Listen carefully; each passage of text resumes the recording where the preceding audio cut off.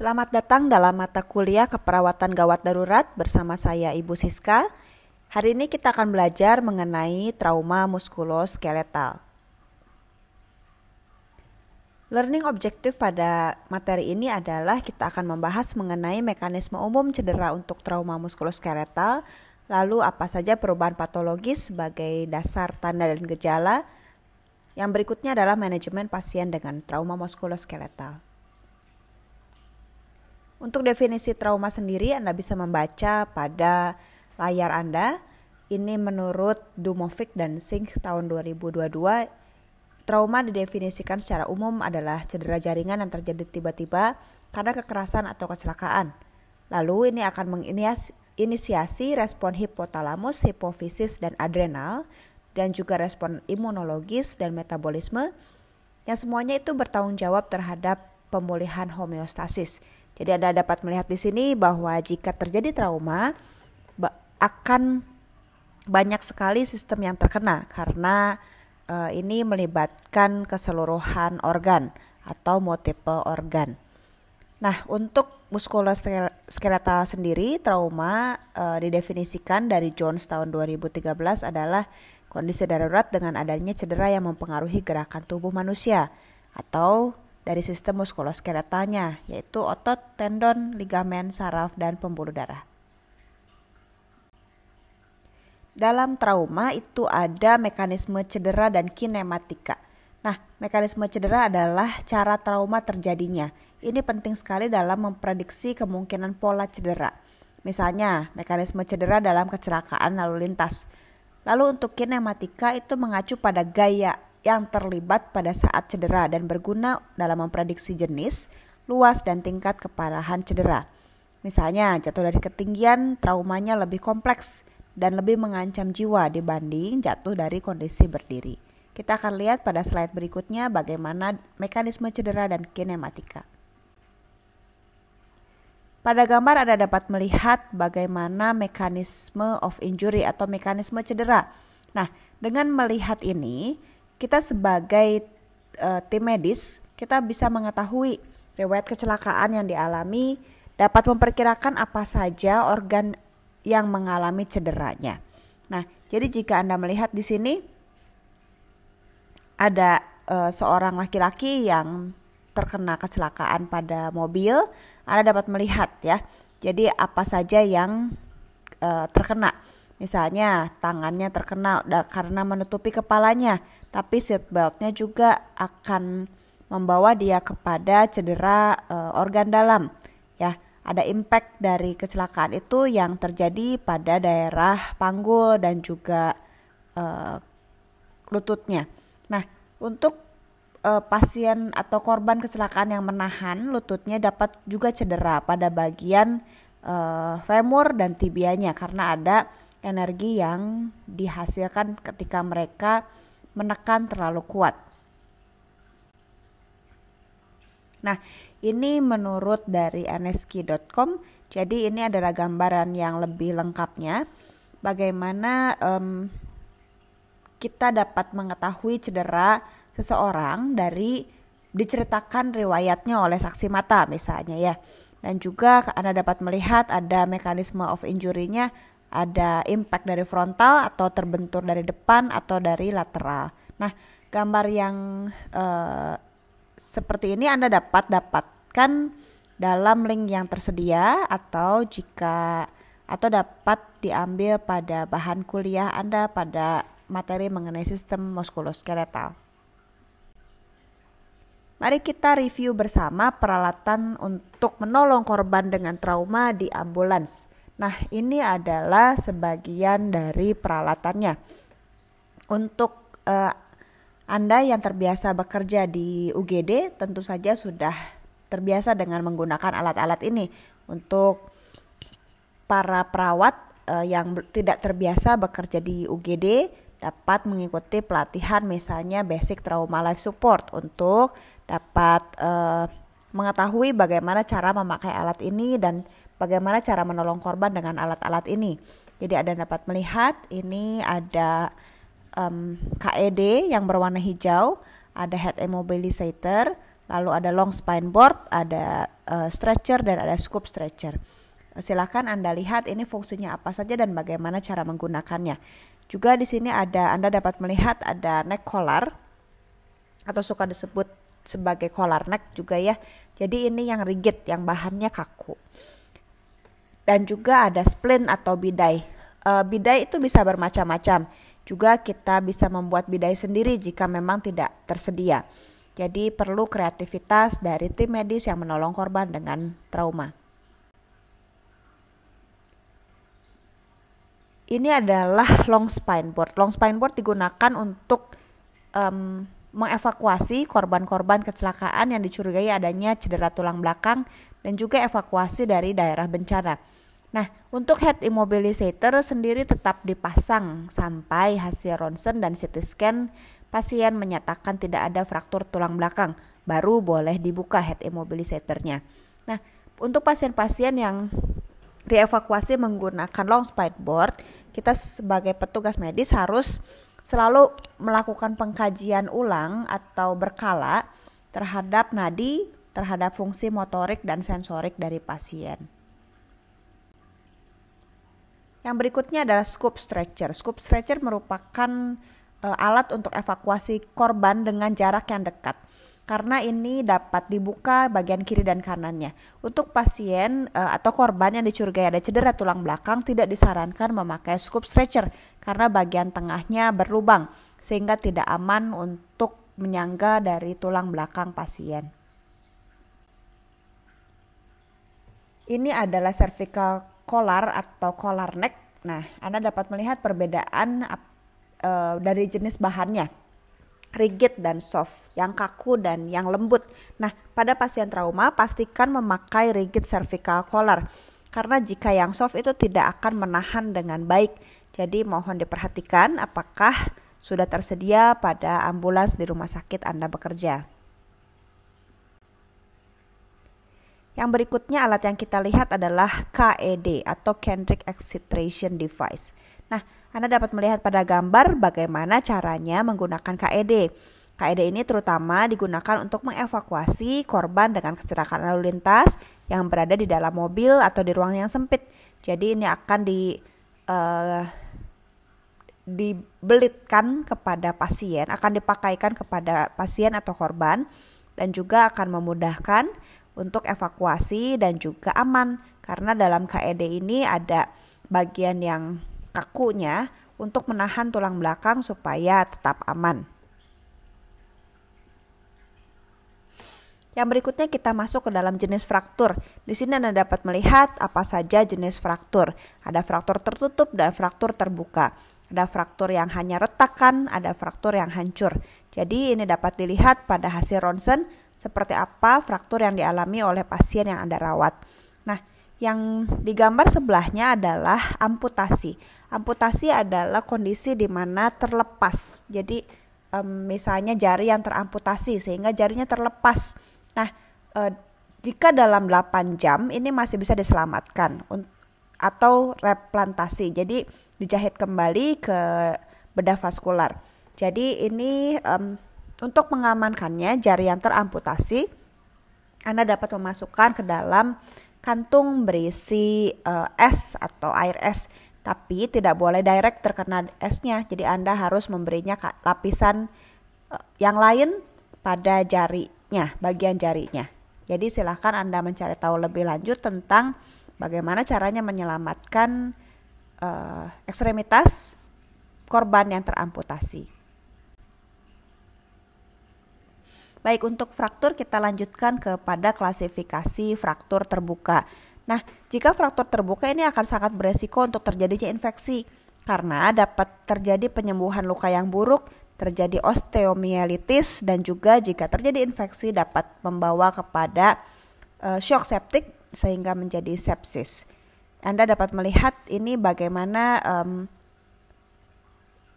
luka yang besarnya luka itu dapat menyebabkan kontaminasi yang lebih tinggi. Jadi makin besar lukanya, makin tinggilah tingkat kontaminasinya. Dan juga apa yang terjadi pada jaringan lunak ini akan terjadi misalnya Makin besar lukanya, makin perlu untuk memperbaiki secara vaskular. Oke, yang berikutnya adalah patofisiologi pada trauma akut. Trauma di sini adalah trauma yang secara umum. Nah, jadi jika koagulopati traumatis akut terjadi ketika adanya trauma masif. Nah, ini adanya syok, hipoperfusi, dan kerusakan pembuluh darah. Nah, kondisi tersebut itu akan mengakibatkan aktivasi dari protein C dan gangguan glycocalyx endothel, lalu pengurangan fibrinogen dan disfungsi trombosit. Seperti yang Anda masih ingat, fibrinogen dan trombosit ini sangat berperan dalam pembekuan darah. Nah, faktor-faktor misalnya korban terjadi hipotermia dan juga asidemia atau kondisi asam dalam darahnya tinggi. Jadi dapat meningkatkan koagulopati. Nah, mungkin Anda pernah ingat pada saat belajar kasus trauma abdomen adanya lethal triad. Jadi adanya hemodilusi, hipotermia, dan asidemia. Jadi hal-hal ini dikenal sebagai faktor utama dalam triad trauma klasik. Semua faktor-faktor ini akan memuncak atau sangat tinggi pada penurunan kemampuan pembekuan, autoheparinisasi, dan juga hiperfibrinolisis. Hal-hal ini dapat meningkatkan risiko kematian dan morbiditas secara signifikan dan harus ditangani dengan waspada. Nah, sehingga untuk menangani kasus pasien atau korban dengan trauma akut, ini kita perlu memperhatikan airway, breathing, circulation, dan disability, juga exposure. Nah, ingat kalau ada perdarahan masif kita harus segera stop, dan juga kita harus memberikan resusitasi cairan. Namun juga perlu diperhatikan apa cairan yang bisa dipakai dan juga berapa banyak, karena jika terlalu banyak dapat menyebabkan hemodilusi. Ini adalah komplikasi dan terutama pada kasus trauma muskuloskeletal. Jadi tadi sudah kita bahas mengenai adanya luka terbuka dapat menyebabkan risiko tinggi infeksi dan juga bisa terjadi shock septik dan juga kondisi sepsis.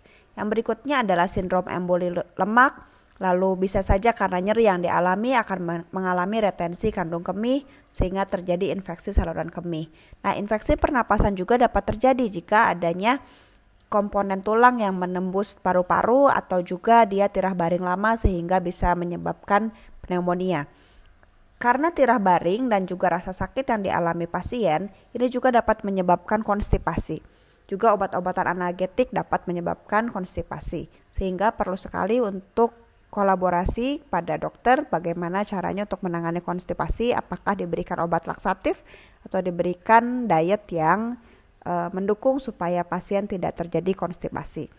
Nah, yang berikutnya adalah artritis septik dan juga osteomielitis. Lalu sindrom kompartemen yang akan kita bahas berikutnya, rhabdomyolysis dan tromboemboli vena.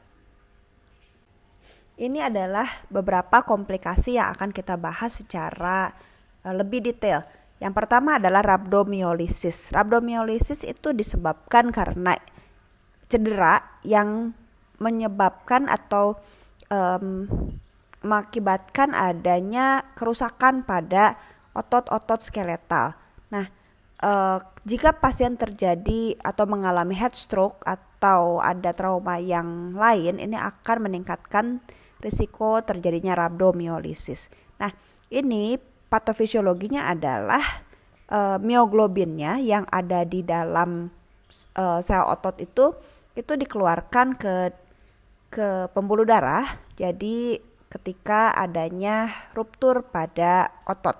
Nah, jadinya ini pada ginjal ini mioglobinnya tuh tidak dapat difilter dengan baik sehingga ini dapat mengakibatkan kerusakan pada renal.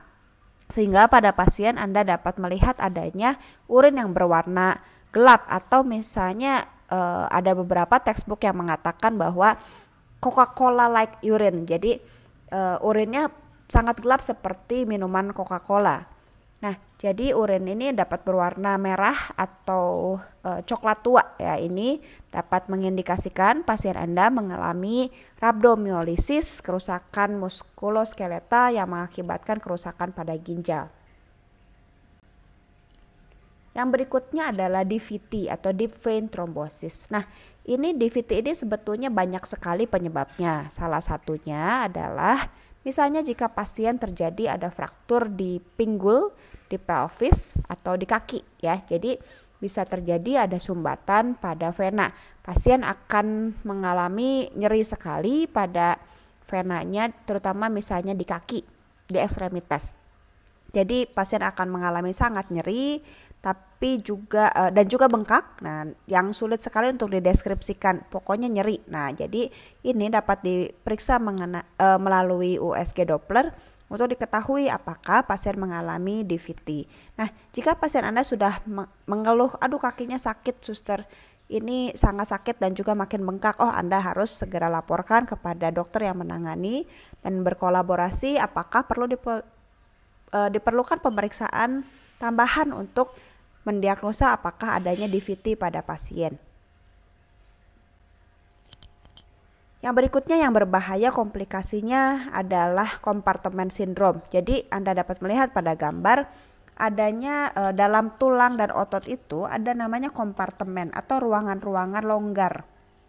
Nah, jika ada pembengkakan di sini itu dapat menyebabkan kompartemen sindrom.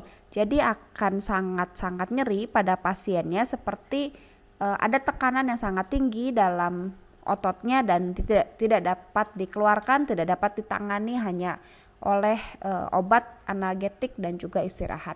Nah, jika pasien Anda mengalami kompartemen sindrom itu perlu dilakukan fasiotomi. Jadi perlu dioperasi fasiotomi. Kita akan melihat dalam slide berikutnya. Ini tanda-tandanya jika pasien Anda mengalami kompartemen sindrom. Ada 6P ya, jadi ada pain, pallor, pulseless, paresthesia, paralysis, dan pressure. Nah, untuk pain sendiri adalah nyeri. Nyerinya tuh misalnya cederanya sepertinya tidak terlalu parah tapi pasiennya sangat merasa nyeri. Yang berikutnya adalah adanya pucat di ekstremitasnya atau di ujung ekstremitasnya. Lalu Anda ketika mengecek ujung ekstremitas kok nadinya hilang, itu disebut juga pulseless. Nah, juga pasien dapat merasakan adanya kesemutan, adanya mati rasa, adanya kehilangan sensasi. Lalu berikutnya bisa saja dia mengalami kelumpuhan. Nah, juga adanya tekanan. Jadi kompartemen ototnya terasa sangat tegang dan bengkak saat dipalpasi. Nah, untuk intervensinya Anda dapat mengangkat anggota tubuh atau ekstremitas yang mengalami kompartemen sindrom itu sejajar dengan jantung, dan juga jika tersedia dalam rumah sakit Anda dapat melakukan pengukuran tekanan kompartemen. Jadi Anda dapat melihat normalnya berapa dan juga jika tinggi itu dapat sebagai indikasi fasiotomi, dan juga kaji kembali status neurovaskular. Tentu saja jika Anda menemukan tanda-tanda 6P ini walaupun tidak seluruhnya ada, Anda harus segera melaporkannya pada dokter dan berkolaborasi untuk mengintervensi pasien. Yang berikutnya kita akan bahas mengenai fraktur pelvis dan femur. Nah, fraktur pelvis dan femur ini sangat-sangat mengancam nyawa karena kehilangan darahnya bisa sangat banyak. Nah, untuk humerus sendiri bisa sampai 750 ml. Namun untuk femur dan pelvis bisa lebih dari 1.500 ml karena adanya aorta atau adanya pembuluh-pembuluh darah yang besar. Nah, untuk manajemennya sendiri kita perlu stabilisasi kondisinya. Selain kita memasang fiksator eksternal misalnya bidai. Jadi kita juga perlu berkolaborasi melakukan tes diagnostik misalnya ronsen, sistogram, angiogram, CT scan, dan jika diperlukan apakah ada embolisasi. Anda dapat melihat di sini pada gambar ada zona-zonanya seperti apa itu untuk pemasangan reboa. Nah, di algoritma yang Anda bisa lihat itu ada namanya reboa. Reboa adalah resusitative endovascular balloon occlusion of the aorta, yaitu teknik yang digunakan untuk mengontrol perdarahan dan meningkatkan aliran darah. Jadi Anda dapat melihat pada algoritma bagaimana penanganannya. Nah, jika stabil dan tidak stabil itu perlu ditangani dengan baik dan juga adanya pemeriksaan penunjang lainnya. Anda dapat melihat mengenai reboa ini melalui sebuah case study yang ada linknya pada layar Anda. Jadi silakan Anda membacanya dan juga mempelajari lebih lanjut jika Anda tertarik mengetahui tentang seperti apa reboa itu dan bagaimana perlakuannya di UGD.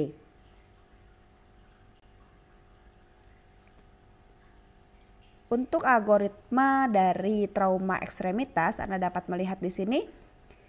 Yang pertama tentu saja kita harus mengecek A, B, C, D, dan E. Jadi airway, breathing, circulation, disability, dan exposure. Tentu saja kita harus lihat prioritas dari penanganan untuk menyelamatkan nyawa ya dan mengurangi kecacatan. Nah, jika ada ekstremitas di trauma ekstremitas lalu adanya fraktur, nah kita dapat melihat di sini ya. Jadi jika sudah ada fraktur, coba Anda lihat apakah limnya atau ekstremitasnya terlihat ya. Jadi jika ada yang misalnya ada fraktur terbuka, nah Anda dapat melakukan stop bleeding. Jadi hentikan perdarahan segera, lalu segera hubungi ortopedik. Nah, lalu jika ada perfusi yang adekuat, nah jika perfusinya adekuat, kita harus lihat apakah ada kompartemen sindrom yang beresiko terjadi. Nah, jika tidak ada, tentu saja kita harus lanjutkan ke perawatan luka. Perawatan luka, stabilisasi dari frakturnya, lalu apakah ada jaringan lain yang terkena ya, dan juga apakah ada memerlukan debridement dan juga pengobatan melalui antibiotik dan profilaksis suntik tetanus. Nah, jika ada kompartemen sindrom yang terjadi, nah tentu saja kita harus berkolaborasi dengan dokter. Apakah pasien memerlukan fasiotomi ya, dan juga hubungi ortopedik. Yang berikutnya kita harus lihat pada yang sebelah atasnya lagi ya. Jadi jika perfusinya tidak baik, nah coba lihat apakah ada bisa diselamatkan ekstremitasnya melalui mesh. Nah, mesh ini kita akan sebuah skala yang akan kita bahas di slide berikutnya ya. Nah, jika iskemianya jika dapat diselamatkan ya dan iskemianya kurang dari 4 jam, silakan lakukan kolaborasi melakukan angiografi ya. Jika tidak dapat diselamatkan, tentu saja kita harus kolaborasi dengan dokter ortopedik dan bedah vaskular untuk melakukan tindakan amputasi, dan juga kita perlu dengan hati-hati untuk menginformasikan kepada pasien dan keluarganya.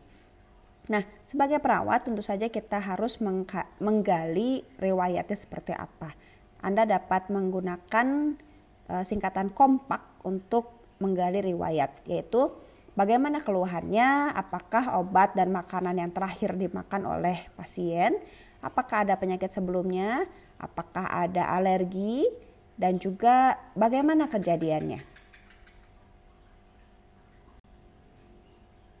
Ini adalah skala dari mesh yang Anda tadi sudah melihat pada bagian algoritma.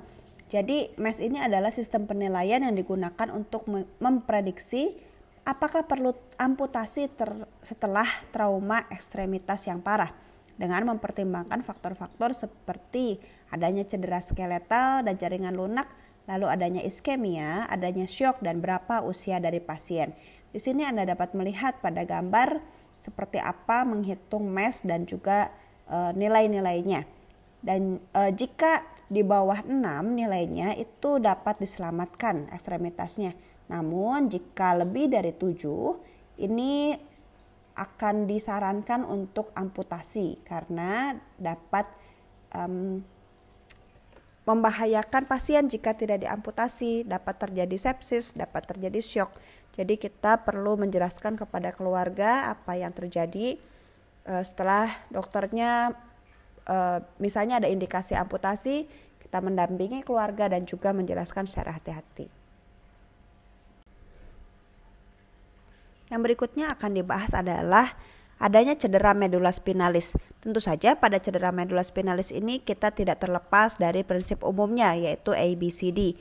Nah, jika ada curiga ada cedera di tulang belakang, ingat membuka jalan napas tidak boleh dengan head tilt chin lift, namun kita menggunakan jaw thrust untuk mempertahankan posisi tulang belakang tetap pada kondisi sumbu tubuh. Nah, kita perlu curiga apakah ada cedera medula spinalis pada pasien ketika pasien mengalami kelemahan, mati rasa, dan juga nyeri tulang belakang, dan juga cedera yang terasa panas oleh pasien. Nah, ingat, pasien tetap dipasang alat imobilisasi, misalnya head immobilizator, sampai dilakukan ronsen atau CT scan yang menyatakan tulang belakangnya itu aman. Untuk pemeriksaan pemulihan dari kondisi trauma muskuloskeletal, kita perlu mengingat lagi mengenai pemeriksaan dermatom dan miotom. Bagaimana secara sensorik dan secara motorik kita perlu memeriksa pasien. Di sini Anda dapat melihat apa saja yang indikatornya untuk kita memeriksa. Jadi apakah pasiennya sudah bisa mempergunakan fungsi motorik dan sensoriknya dengan baik. Yang berikutnya juga, karena untuk mendukung mobilisasi pasien, kita perlu mengecek kekuatan otot. Jangan sampai pasiennya mengalami resiko jatuh yang tinggi. Jadi kita harus mengingat lagi mengenai pemeriksaan kekuatan otot. Bagaimana, apakah nilainya sudah 5 atau kekuatannya normal atau masih belum maksimal. Jadi kita juga perlu mempertimbangkan apakah ada alat bantu yang bisa digunakan untuk pasiennya bisa beraktivitas senormal mungkin seperti biasanya. Untuk masalah keperawatan, tentu saja kita harus melihat respon dari pasien. Apa saja masalah keperawatan yang muncul berdasarkan respon pasien. Ini adalah masalah keperawatan apa saja yang mungkin terjadi pada pasien dengan trauma muskuloskeletal.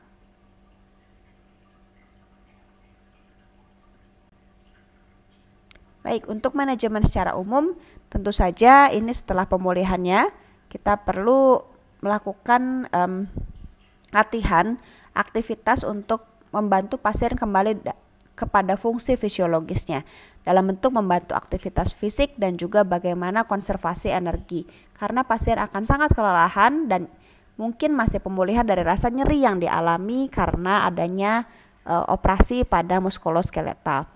Nah, yang berikutnya adalah manajemen eliminasi, karena rasa nyeri dan juga tirah baring lama ini dapat mengubah pola eliminasi, sehingga kita perlu mempertahankan pola eliminasi usus dan urin secara teratur, dan juga mengelola komplikasi karena adanya perubahan pola, misalnya komplikasi menjadi konstipasi, dan juga misalnya apakah pasien mengalami ISK atau kesulitan berkemih.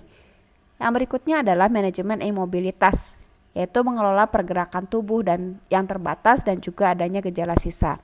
Nah, kita sebagai perawat perlu melihat apakah pasien perlu diajarkan bagaimana memakai alat bantu, misalnya walker atau kruk.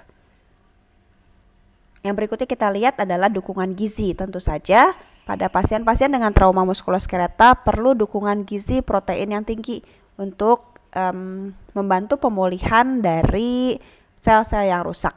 Jadi Anda juga dapat memodifikasi dan mempertahankan status gizi seperti apa, dan juga Anda dapat mengajarkan pasien seperti apa modifikasi gizi yang bisa dilakukan di rumah. Tentu saja yang berikutnya adalah kenyamanan fisik. Nah, kita sebagai perawat perlu untuk membantu meningkatkan kenyamanan fisiknya. Posisi seperti apa, dan juga misalnya pasien terpasang gips. Nah, ini pasien akan merasakan panas dan gatal. Bagaimana menangani panas dan gatal pada pasien gips? Anda dapat melihatnya, dan juga misalnya apakah ada evidence base yang mengatakan seperti apa supaya pasiennya tidak gatal, tidak merasa panas ketika dia harus terpasang gips selama 3 bulan, tidak mengalami atrofi misalnya ya. Jadi kita harus mengetahui bagaimana untuk promosi kenyamanan fisik pada pasien yang kita rawat. Yang terakhir adalah fasilitasi perawatan diri. Nah, jika pasien mengalami komplikasi yang berat, misalnya tirah baring yang sangat lama sehingga dia harus dirawat di rumah, kita perlu mengajarkan keluarga bagaimana caranya membantu aktivitas rutin dalam kehidupan sehari-harinya, dalam activity daily living-nya. Jadi misalnya bagaimana caranya memandikan di tempat tidur, bagaimana caranya perlu mika-miki setiap 2 jam, bagaimana caranya latihan ROM pasif dan aktif, Nah, ini perlu Anda lakukan sebagai discharge planning pada keluarga pasien. Berikut ini adalah referensi yang digunakan untuk menyusun bahan dalam trauma muskuloskeletal. Terima kasih dan selamat belajar.